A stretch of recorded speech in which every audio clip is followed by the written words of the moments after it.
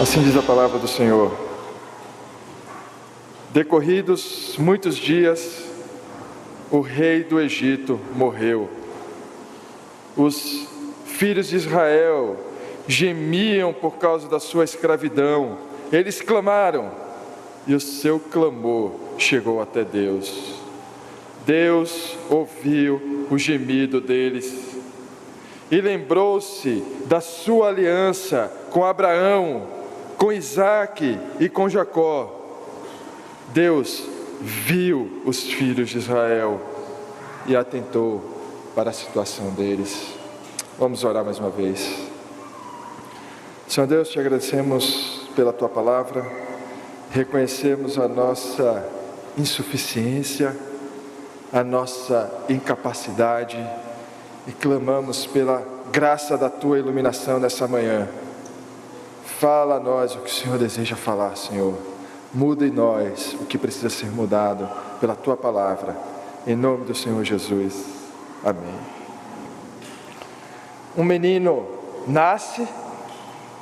O texto que a gente leu alguns sermões atrás disse que esse menino era belo, era formoso, mas no sentido de que ele tinha o favor de Deus. Esse menino teve a sua vida colocada em risco por causa de um faraó, de um rei do Egito, que, amedrontado pelo crescimento do povo, tenta usar de astúcia, tenta usar de manobras para dominar aquele povo, leva esse povo à escravidão. Isso não é suficiente, ele quer matar todos os meninos, porque ele teme os homens daquele povo, que são numerosos. Mas aquele menino é salvo pela astúcia de mulheres. Enquanto o faraó temia os homens, as mulheres astutas, primeiro com as parteiras que escolhem temer a Deus, elas recebem ordens de faraó, mas elas escolhem temer primeiro a Deus e não a faraó, e por isso desobedecem a faraó e obedecem a Deus porque temem a Deus. E Deus usa essas mulheres para salvar a vida daquele menino que tem o favor de Deus. Mas Deus também usa a sua mãe, a sua irmã, com astúcia.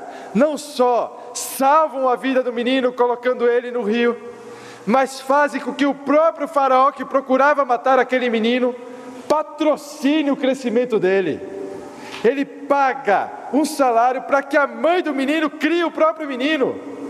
E aquele menino cresce com a sua família e em determinado momento vai para o Egito, é criado como egípcio, recebe um conhecimento como egípcio. O texto diz que ele era poderoso em palavras e em atos, mas em determinado momento ele se descobre um hebreu. E se descobrindo hebreu, ele sabe que o seu povo está lá, aqueles que são dele estão lá, e ele vai até lá para ver o que está acontecendo. E quando ele chega lá, o povo está sendo torturado, sendo oprimido, sofrendo. E quando ele vê aquilo, é aí que as coisas começam a desandar. Parece que é aqui onde as coisas começam a ficar fora de lugar. Até então parece que está tudo muito bem. Ok, tem um problema, mas tem um menino ali, ele tem o favor de Deus, ele é o libertador. A astúcia de Faraó falhou, Faraó não conseguiu lograr êxito no seu plano. O menino está salvo, inclusive sob proteção do próprio Faraó. Ele é o libertador, está tudo certo. Mas parece que quando ele vê o sofrimento do seu povo, as coisas começam a desandar, as coisas começam a sair de lugar, porque naquele momento nós temos um libertador imprudente, um libertador que não sabe lidar com o momento correto de agir. E essa foi a nossa primeira cena. É o libertador que é imprudente, não só imprudente diante de um ato de violência, ele é ainda mais violento. Ele mata o egípcio, ele esconde, imaginando que ninguém tinha visto e todos viram, e ele é descoberto e ele precisa fugir. E de repente parece que está tudo fora do lugar, tudo está fora do lugar, tudo está fora de ordem. O libertador é imprudente, não sabe lidar com as coisas, é violento, é um homicida. Faraó descobriu, está procurando matar ele. Ele agora foi rejeitado pelos seus, porque ele tenta salvar o povo como um hebreu, mas ele ainda é um egípcio. E o povo, aqueles que são dele, rejeitam esse menino, rejeitam o Salvador, porque não vem nele um dos dele, mas vem um egípcio.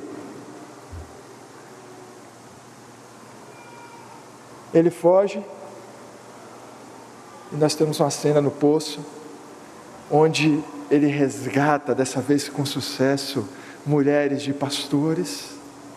Os pastores estavam oprimindo as mulheres. Ele surge como resgatador, e dessa vez, como libertador que age da maneira correta. E aquele que foi rejeitado por aqueles que eram seus, agora é recebido por estranhos, em uma terra que não é a sua. E não só é recebido, é acolhido em um lugar que não é seu. Mas agora ele constitui família. Ele tem uma esposa nessa terra estranha. Ele tem um filho nessa terra estranha que ele chama de Gerson, porque agora ele entende o que é ser peregrino em uma terra que não é sua. Parece que está tudo fora de lugar. Parece que está tudo fora de ordem. O povo continua sofrendo. O libertador está distante.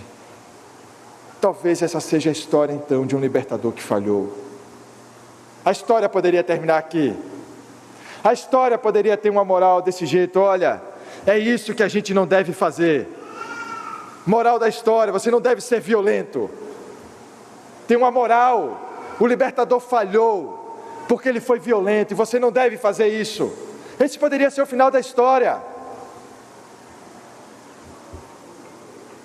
Mas quem disse que essa história é mesmo a história de Moisés? Quem foi que disse que quando a gente lê Êxodo, a gente está lendo a história de Moisés? A história de Moisés está em Êxodo, sim. Isso é verdade. Está aqui. Nós vemos Moisés. Mas quem disse que, porque a história de Moisés está aqui, essa é a história de Moisés?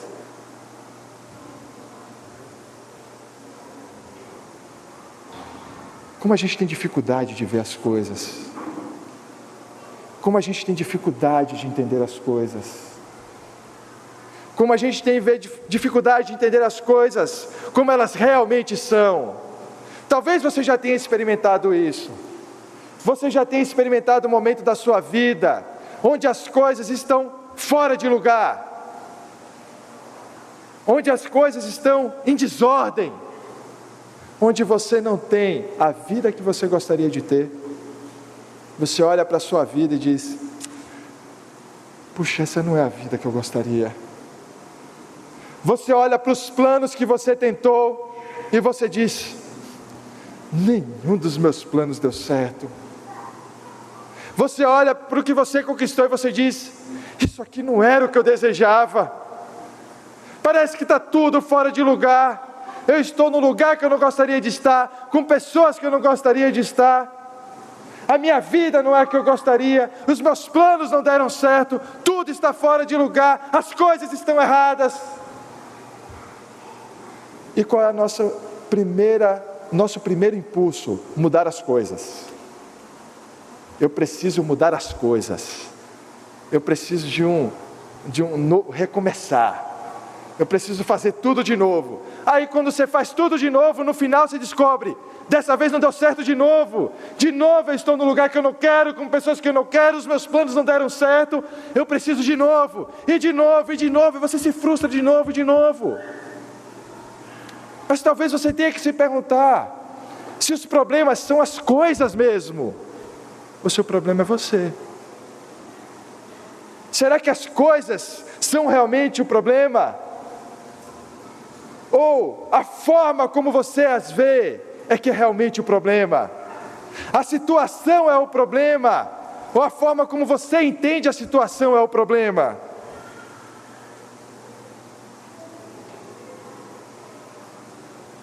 São mesmo as coisas? Ou como você as vê? É isso que a gente vai entender no sermão de hoje.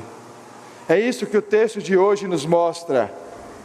Se realmente a situação é o problema, ou se a forma como nós vemos as coisas é que é o problema. E para isso nós vamos dividir o nosso texto em 3 partes. Vocês lembram que nós estamos em uma sequência de 3 sermões que trabalham 4 cenas. São 4 cenas. Nós tivemos o libertador imprudente, nós tivemos o libertador rejeitado, no sermão passado o libertador acolhido, e agora nós temos o libertador astuto. Então são 4 cenas. Essa é a última cena dessa sequência, dessas 4 cenas, e nós vamos falar de um libertador que é um libertador astuto, e para isso nós vamos dividir o nosso texto em 3 partes. Está fácil a divisão, são 3 versículos, cada versículo corresponde a uma parte. Primeiro, versículo 23, o povo que clama. Segundo ponto, versículo 24, o Deus que ouve. E o terceiro ponto, versículo 25, o Deus que vê. Versículo 23, o povo que clama. Versículo 24, o Deus que ouve. Versículo 25, o Deus que vê. Essas são as nossas 3 partes da 4ª cena do libertador astuto. Olhe mais uma vez para o versículo 23. Decorridos, quantos dias? Muitos dias. E aqui quando a Bíblia diz muitos dias, são muitos dias mesmo, são muitos anos, é um período longo de tempo. Eu sei que na nossa concepção imediatista, quando a gente lê assim, decorridos muitos dias, a gente pensa no quê? Uma semana? 10 dias? 10 dias já decorreram muitos dias. Mas aqui ele está falando de 20, 30, 40 anos. E ninguém vai negar que 40 anos são muitos dias. Então, decorreram muitos dias. O que o texto está mostrando para a gente? Que as coisas estão fora de lugar, aparentemente fora de lugar, e elas permaneceram assim por muitos dias. As coisas não mudaram rapidamente. Veja, Moisés se arrependeu. Moisés mostrou que tem a possibilidade de corrigir o seu caminho. Ele até, depois de matar o egípcio, salvou mulheres na beira do poço, e inclusive foi recompensado, foi acolhido por causa disso. Mas nem por causa disso a situação mudou do dia para a noite. Nem por causa disso a situação mudou rapidamente. Moisés continua por muitos e muitos dias como peregrino em um lugar estranho, no povo que ele não gostaria de estar, enquanto o seu povo continua por muitos e muitos e muitos dias sofrendo. E onde está Deus? Onde está Deus? Por que Deus não age? Deus não poderia resolver isso em algumas horas? Deus poderia ou não poderia? Deus poderia.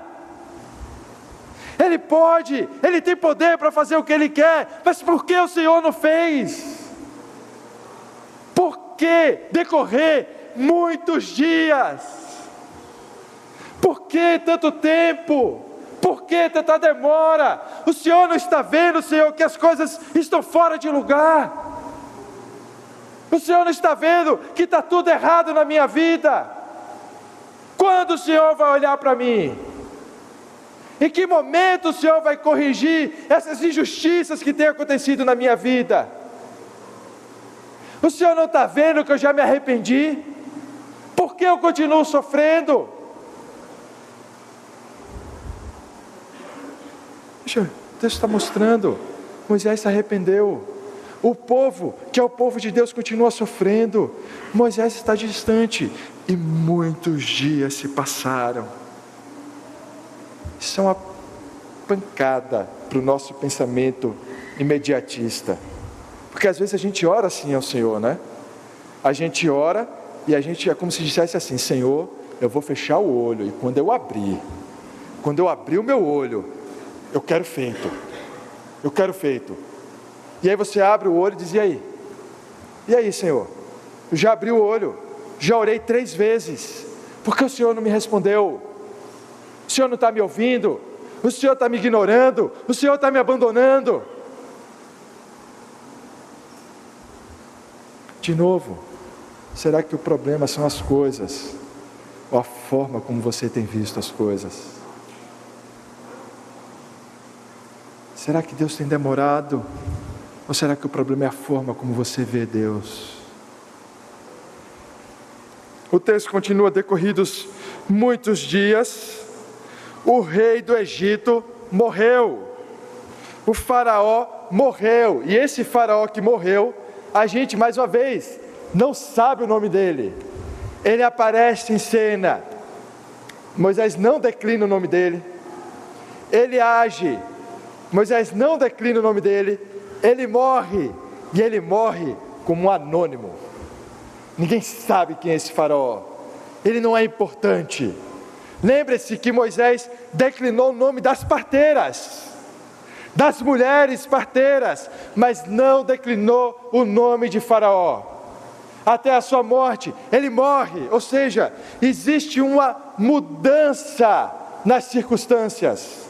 O faraó que queria matar Moisés, que estava procurando matar Moisés, agora morreu. Existe uma mudança política, mas não existe uma mudança social, porque o texto diz que Faraó morreu, mas o povo continuou sofrendo. Eu sei que esse aqui não é o ponto do texto, eu sei que isso que eu vou falar agora não é exatamente o que o texto está dizendo, mas fica aqui como um parênteses para todos aqueles que imaginam que uma mudança política vai salvar você, para todos aqueles que imaginam que quando aquele for eleito e aquele outro morrer, ou aquele outro sair, aí sim as coisas vão mudar. E aí quando você descobre, você está exatamente na mesma situação, exatamente a mesma coisa, sem tirar nem pôr, é a mesma coisa. Muda o nome, muda o governante,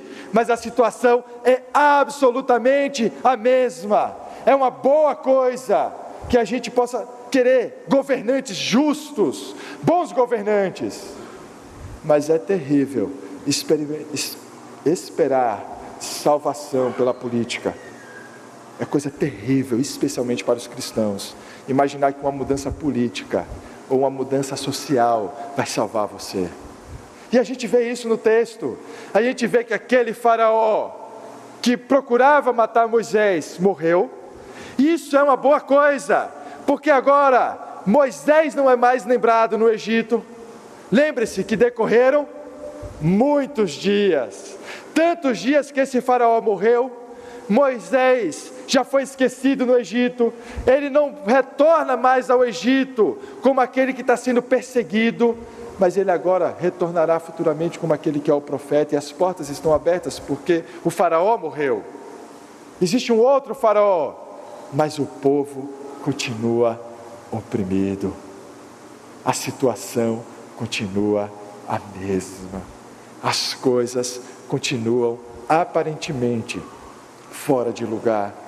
O Salvador, o Libertador, continua distante, e o povo continua sofrendo. Nenhuma mudança política altera isso. O rei do Egito morreu. Os filhos de Israel gemiam por causa da sua escravidão. E quando o povo começa a gemer por causa da escravidão, o texto diz que eles começam a clamar. Eles começam a clamar. Eles começam a pedir. Eles começam a pedir ao Senhor que olhe para a situação deles.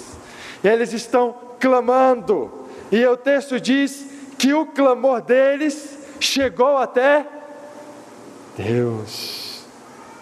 Meus irmãos, que maravilha isso aqui, não? Que bênção a gente ler isso aqui. Imagine, você tem um povo sofrendo, um povo que está oprimido, um povo que nesse momento da história não conhece a Deus como ainda virá a conhecer. Lembre-se que até agora Deus não falou em Êxodo, Deus não entrou em cena em Êxodo. Deus não está falando com o seu povo. O povo provavelmente não conhece a Deus, como virá a conhecer. Existe um conhecimento crescente, ainda uma relação crescente do povo com o seu Deus. Existe sim uma aliança, mas essa relação ainda está crescendo. Deus está construindo o seu povo, Deus está levando o seu povo. Foi ali no Egito que eles viraram um povo.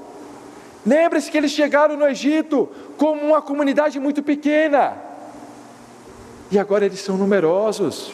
Foi ali no Egito que Deus multiplicou. Deus está formando o seu povo. Eles ainda não conhecem esse Deus, e Deus não está falando com eles, mas eles clamam. Eles clamam na sua dor, eles clamam no seu sofrimento, e esse clamor chega até Deus. Meus irmãos, isso aqui é a razão do nosso consolo. Isso aqui é o motivo pelo qual nós somos consolados, porque nós sabemos que não só nós temos a graça de clamar, mas a dádiva de que o nosso clamor chega até o Senhor. A pergunta que você precisa se fazer: o que falta para você clamar? É preciso escravidão, opressão, dor e sofrimento? O que falta, o que é necessário para você clamar? O Senhor está dizendo: o seu clamor chega até mim. Nós permanecemos mudos, quietos, calados, ou clamamos de maneira tão superficial, que o nosso clamor sequer é ouvido pelos nossos irmãos. O que falta para você clamar? O que falta para você olhar para o Senhor? O que vai precisar acontecer na tua vida para que você clame ao Senhor? O que precisa acontecer para que você saiba que o seu clamor chega até o Senhor, o seu clamor chega até Deus? Não importa o sofrimento que você esteja passando, não importa a dor que você esteja experimentando, não importa a prova que sobreveio sobre você, nós sabemos que o nosso clamor chega até o Senhor. Por que não clamamos? Por que não clamamos? Por que não gememos pelo nosso pecado? Por que não gememos pelo nosso sofrimento? Por que não clamamos pelo sofrimento nesse mundo? Por que não clamamos por pessoas que não têm esperança? Por que não clamamos por aqueles que não conhecem o Evangelho? O que falta para você clamar? O que é necessário para você se voltar para o Senhor?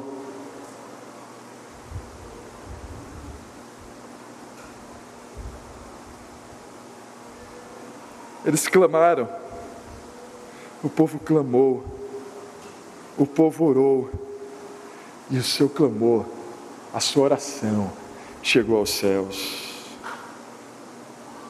Todos debaixo do sol vão sofrer.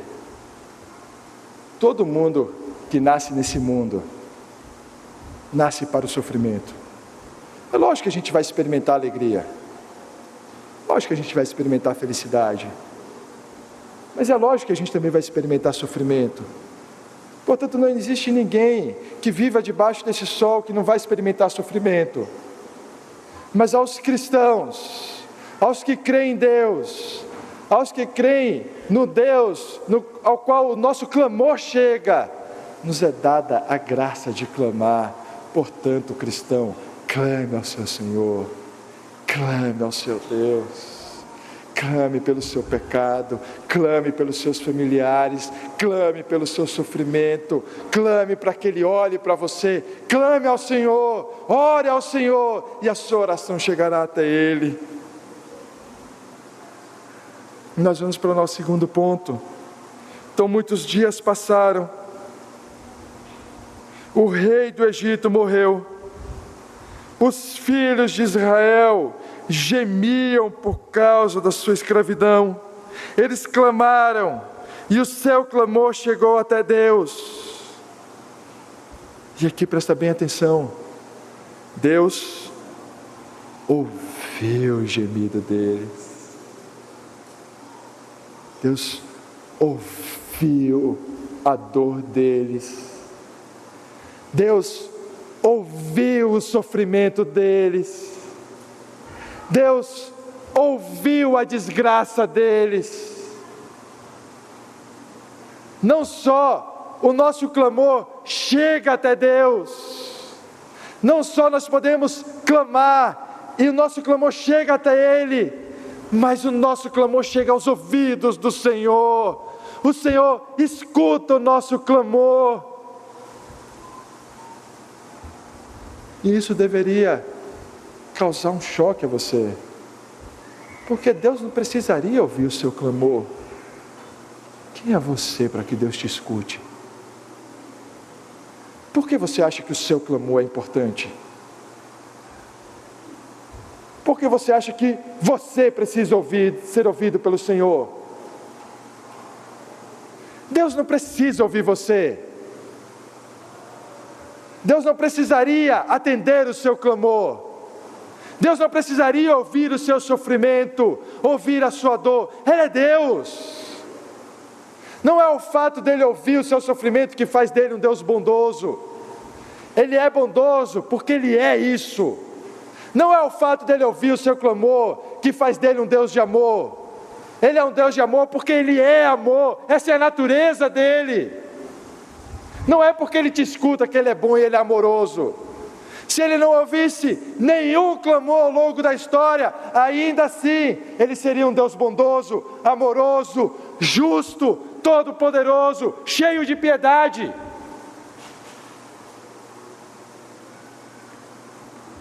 Mas não só nós clamamos, não só o nosso clamor chega até Deus, mas Deus dá ouvidos ao seu clamor. E não só dá ouvidos ao seu clamor, porque o texto diz que assim que Deus ouve, Ele se lembra da sua aliança. Aqui é lógico que nós estamos trabalhando com uma coisa que nós chamamos de antropomorfismo, quando nós atribuímos a Deus características que são dos homens. A gente precisa lembrar que a palavra diz que Deus é Espírito, portanto Deus não tem ouvidos como os nossos.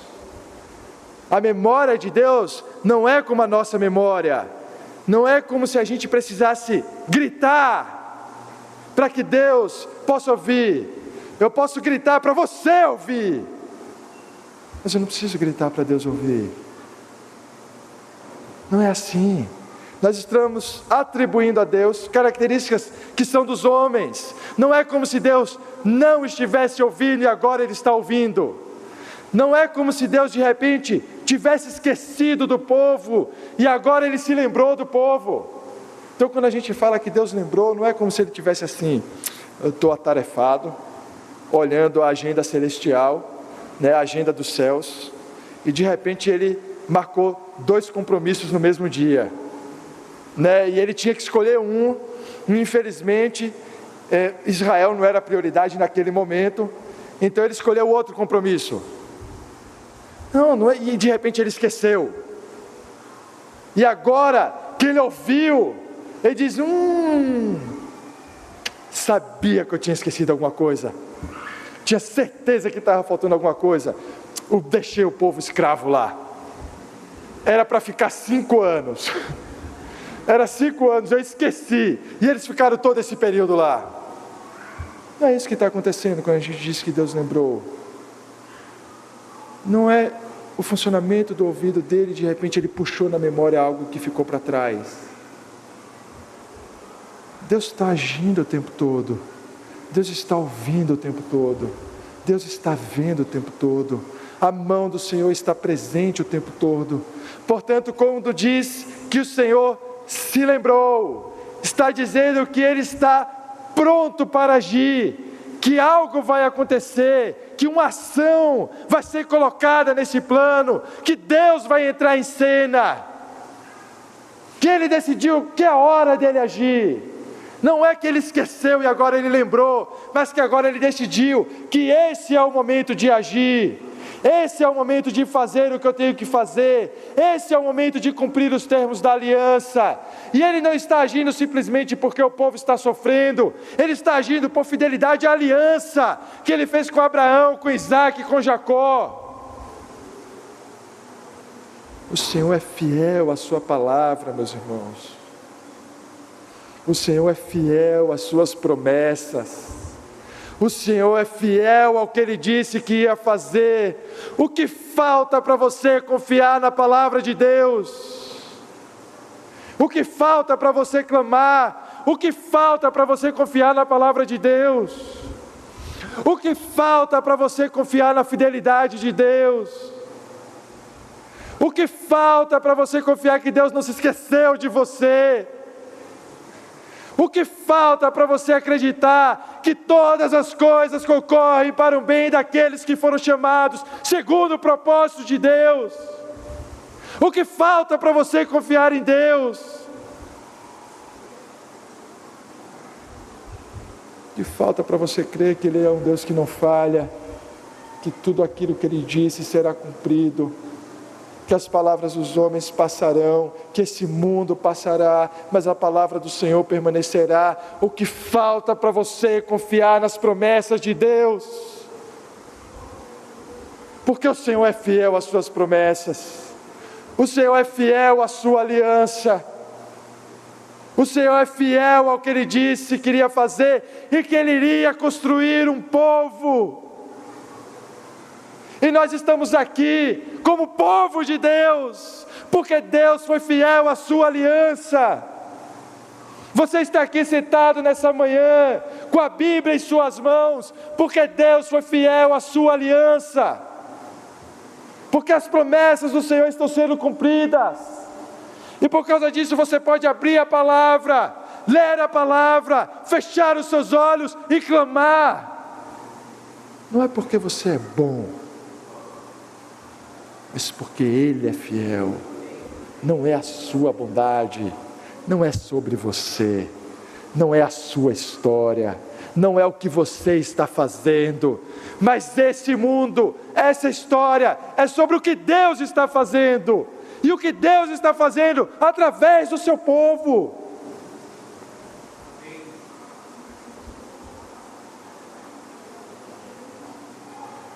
Ele ouviu o gemido deles, e lembrou-se da sua aliança com Abraão, com Isaac e com Jacó. Meus irmãos, que dádiva é sofrer diante de Deus. Como é maravilhoso sofrer diante de Deus. É desesperador sofrer sem Deus. Mas que dádiva é sofrer diante de Deus. Que dádiva é clamar a um Deus que nos ouve. Que dádiva é saber que o Senhor é fiel à sua palavra, que o nosso clamor chega até Ele, que Ele nos ouve e que Ele decide que é o momento de agir, porque Ele lembra da sua fidelidade. Todos aqueles que são regenerados sofrerão, mas aos regenerados não é dado só o sofrimento, mas a dádiva de sofrer diante de Deus. Por isso sofra, como todo homem nesse mundo sofrerá, mas não deixe de clamar, não deixe de orar, não deixe de pedir, não deixe de olhar para o Senhor, porque o seu clamor chega até Ele, Ele ouve o seu clamor. E esse é o resultado do clamor de Israel diante do sofrimento. Eles clamam, o seu clamor chega até Deus, Deus ouve, Deus lembra a sua aliança, Deus decide que é o momento de agir, é o momento de colocar as coisas nos seus termos. As coisas aparentemente estão fora de lugar. De novo, tudo isso está acontecendo. nem Israel, nem Moisés sabem o que Deus está fazendo. Nem Israel, nem Moisés sabem que Deus está ouvindo. Nem Israel, nem Moisés sabem que Deus lembrou. Sabem que Deus decidiu que é hora de agir. As coisas continuam as mesmas.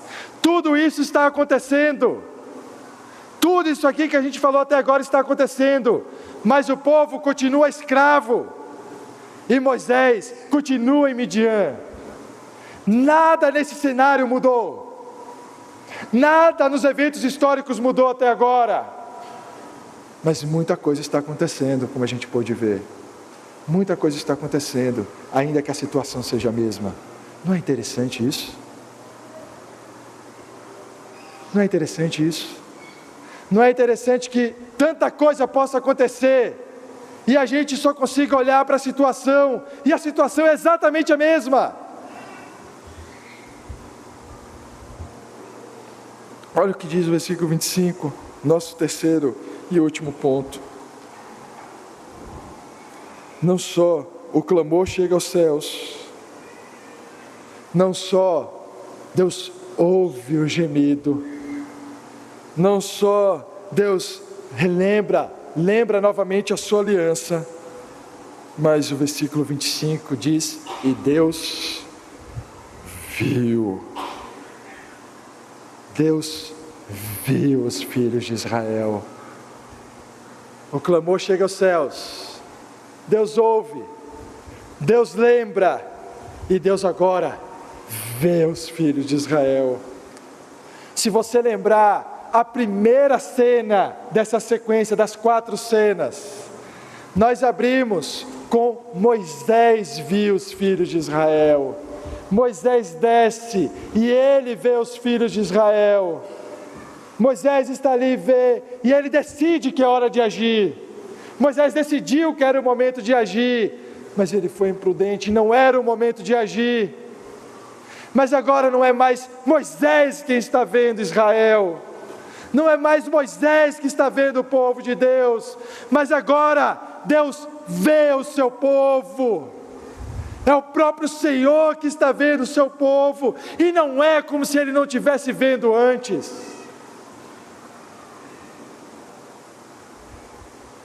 De novo, não é como se Ele não tivesse ouvido antes, não é como se Ele não tivesse lembrado antes, não é como se Ele não estivesse vendo antes, e agora Ele está vendo o povo de Israel. Mas o texto diz que Ele viu, e Ele, na nossa versão, pelo menos na NA, está assim: e atentou para a situação deles. Talvez você tenha outras versões, e se preocupou com eles, e se importou com eles. Existem várias traduções para esse final, mas o que realmente está escrito assim, aqui é: e Deus conheceu. O que isso quer dizer? Que está dizendo que Deus viu e Deus conheceu. Presta atenção na sequência: o clamor chegou até os céus, Deus ouviu, Deus lembrou, Deus viu e Deus conheceu. É isso que o texto está dizendo. Eles estão gemendo, clamando, e Deus ouve, lembra, vê e conhece. E quando a palavra diz que o Senhor conhece, não é simplesmente tomar conhecimento, tomar nota que algo está acontecendo, simplesmente, estou ciente. Sabe aquela assinatura de ciente que você dá? Não é isso, olha, estou ciente, tomei conhecimento. Quando a Bíblia diz que o Senhor conheceu, a palavra está dizendo que Ele se inclinou, que Ele se uniu ao sofrimento do seu povo, que Ele se moveu na direção do sofrimento do seu povo, que Ele se movimentou em direção àquele sofrimento, que Ele ouviu, viu, e Ele foi ao encontro do seu povo. Meus irmãos, esse é o Deus que nós servimos. Presta atenção nisso aqui. porque esse é o Senhor que nós servimos. É o Senhor que ouve, que lembra, que vê, mas que também vem em nossa direção. Ele vem em nosso sofrimento, Ele se move ao nosso sofrimento. Ele não é um Deus distante, Ele não é um Deus que tem sua mão encolhida, Ele não é um Deus que vê, mas ignora, mas é um Deus que vê e conhece, e uma vez que Ele conhece, Ele se une, Ele se move em nossa direção, Ele vem em nosso resgate, porque nós servimos ao Deus que é soberano sobre todas as coisas. Moisés vê e é imprudente. Moisés vê e não consegue agir como deveria agir. Mas quando Deus vê, Ele não só age, mas Ele age se unindo ao seu sofrimento. O Senhor se inclina aos seus... Entendo a imagem. Eu vou desenhar de maneira mais clara, para que fique o mais evidente possível o que o texto está dizendo. Você é um miserável em sofrimento. Você é um desgraçado. Deus não precisaria te ouvir para ser Deus. Deus não precisa te ouvir. Esse Deus que não precisa te ouvir é completamente diferente de você, porque Ele é santo, santo, santo, detém todo o conhecimento, toda a bondade, todo o poder, toda a misericórdia, toda a graça, e você é um miserável. Mas ainda assim, quando miserável como nós clamamos ao Senhor, o Senhor escuta o nosso clamor e se inclina ao nosso clamor, se inclina ao nosso sofrimento. Esse Deus que sequer precisaria te ouvir, quando você clama, Ele se inclina e Ele se une ao seu sofrimento. E você continua perguntando: onde está Deus em meio ao sofrimento? Onde está Deus em meio à injustiça nesse mundo? Onde está Deus em meio a tanta dor? Deus está unido a você. Deus está se movendo em sua direção. Como a gente pode falar isso quando temos uma cruz como símbolo?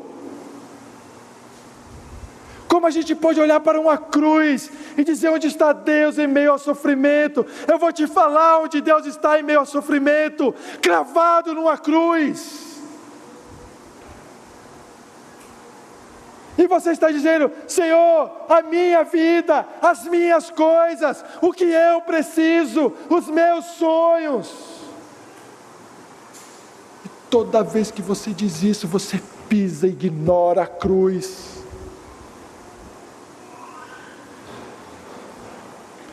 Onde está Deus em meio a tanto sofrimento? Onde está Deus quando as coisas parecem fora de lugar? Onde está Deus onde as coisas parecem em desordem? Ele está exatamente onde Ele sempre esteve, ordenando todas as coisas. Para você as coisas estão fora de lugar, para você as coisas estão em desordem, mas nós não podemos esquecer que aquilo que conduz a história é a mão invisível de Deus.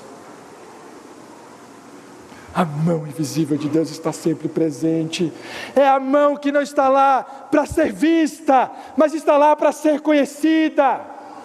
Não está lá para ser examinada, mas está lá para que você confie nela, para que você saiba que o Senhor está presente, para que você saiba que as coisas que acontecem na sua vida não são sobre você, mas é sobre Ele, sobre o que Ele está fazendo na sua vida.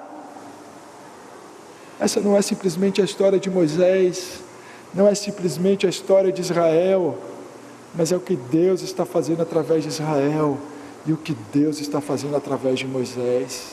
Essa é a história que nós estamos lendo, o que Deus está fazendo através de Moisés. E o que Deus está fazendo através de Israel, o que Deus está fazendo através de um libertador que falhou, e o que Deus está fazendo através de um povo que falha em confiar nele. Deus é o libertador astuto, não é Moisés. A gente tende a esperar um arco de redenção de Moisés, a tal ponto que a gente diga, agora Moisés é o libertador astuto. Não, Moisés não é o libertador astuto, Moisés é o libertador que falhou. Deus é o libertador astuto, porque Moisés não poderia pensar numa cruz como salvação. Moisés não poderia derramar o seu sangue pelo seu povo. Moisés não poderia ter sua carne rasgada para que o nosso corpo fosse ressurreto no dia final. Moisés não poderia fazer nada disso. Nós ouvimos sermões atrás que Cristo é a astúcia de Deus. Só Deus poderia fazer isso. Só a mão invisível de Deus poderia conduzir essa história. Ele vai fazer isso através de Moisés. Ele vai fazer isso através de Israel. Ele vai fazer isso através de você. Mas não é a sua história. Mas é o que Deus está fazendo nesse mundo. É o que Deus fez na nossa vida através de Cristo. É de onde o Senhor nos tirou. É como o Senhor mudou a nossa visão. Se antes nós achávamos que as coisas estavam fora do lugar, agora a gente sequer se preocupa com isso, porque a gente descansa no Senhor. A gente descansa nele, porque a gente sabe, Senhor, estou aqui, Senhor, a minha vida está aqui. Eu não sei, e ninguém aqui pode dizer quanto tempo passará nesse mundo. Nós não podemos dizer o que nos acontecerá amanhã. A nossa vida está nas mãos do Senhor, mas nós sabemos que todos terão um encontro com o Senhor. Todos estarão diante do Senhor soberano, e diante dele não importam as circunstâncias, porque diante dele, quando a gente estiver diante dele, as coisas passaram, todas as coisas foram feitas novas. Se existia lágrimas nos nossos olhos, o Senhor as enxugou. Se existia sofrimento em nossa vida, não existe mais, porque o pecado não está mais presente, e agora nós estamos diante do Deus soberano. Nós sabemos disso, portanto, não importa o que nos acontece aqui, que nós sejamos usados pelo Senhor, como instrumentos para a sua vontade, para a história, para aquilo que Ele está fazendo nesse mundo. Que o Senhor nos dê a graça de servir a Ele, que o Senhor nos dê a graça de sermos usados por Ele, que o Senhor nos dê a dádiva de sermos transformados por Ele, que as coisas ao nosso redor estejam na nossa visão deslocadas, em desordem, mas que a gente saiba que o problema não são as coisas, porque mais uma vez, Deus se inclinou ao seu povo, Deus se uniu ao sofrimento do seu povo, e Israel não sabe disso. A história de Moisés está prestes a mudar, porque Deus decidiu que é tempo de agir, mas Moisés ignora isso. Moisés não sabe o que Deus está fazendo, como você não sabe o que Deus está fazendo, como eu não sei o que Deus está fazendo, como nós não podemos examinar os planos de Deus. E quer saber? A gente não precisa saber o que Deus está fazendo. O que a gente precisa é conhecer a Deus. Você não precisa saber o que Ele está fazendo, porque uma vez que você conhece, você sabe que Ele é justo, amoroso, bondoso, misericordioso, Deus de toda graça, um Deus disposto a salvar, um Deus que ouve, um Deus que vê, um Deus que se inclina ao sofrimento do seu povo, e um Deus que resgata o miserável. O se preocupe com o que Deus está fazendo. O que Deus está fazendo, inevitavelmente será feito, com ou sem você. Deus não precisa de você para fazer nada. Ele quer te usar para fazer, mas Ele não precisa de você. Não se preocupe com o que Deus está fazendo, mas conheça a Deus. Clame a Deus do seu sofrimento, ore ao Senhor, e o Senhor te ouvirá. Não só te ouvirá, o Senhor vai te ver. Não só Ele te verá, o Senhor vai se inclinar ao seu sofrimento. E uma vez que Ele faz isso, nós descansamos no Senhor. O que falta para você descansar no Senhor? O que falta para você descansar no Senhor? Nós estamos falando de lembrança, de um Deus que se lembra. O que falta para você ser como aquele ladrão na cruz que um dia disse: Senhor, lembra-se de mim quando estiveres no paraíso. Lembra-se de mim, Senhor. Olha para mim aqui no meu sofrimento e me resgata. Mas eu não estou preocupado com as circunstâncias desse mundo, mas me resgata da miséria do pecado, me resgata da desgraça do pecado, me tira dessa imundície do pecado.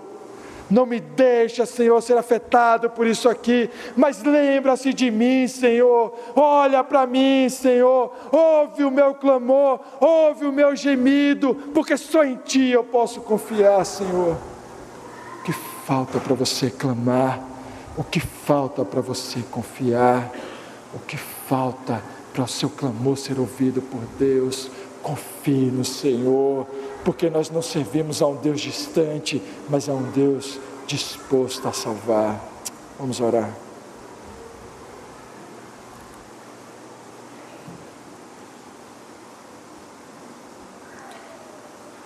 Obrigado, Senhor, porque o Senhor nos ouve. O Senhor não precisaria ouvir. Muitas das nossas orações nós desejaríamos que não fossem ouvidas pelo Senhor,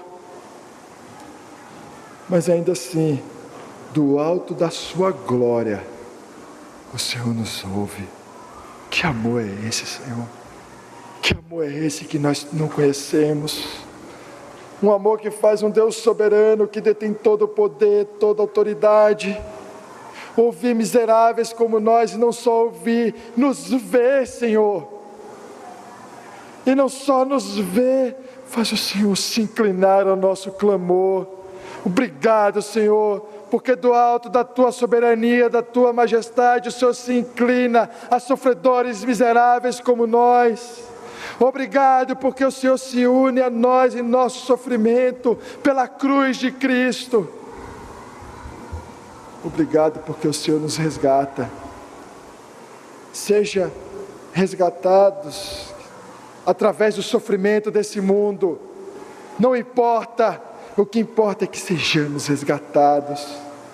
Se precisarmos sofrer, para que o Senhor nos veja, para que a gente possa clamar, nos dá sofrimento para que a gente possa clamar a Ti. Mas olha para nós, Senhor, olha para nós, nos resgata, Senhor.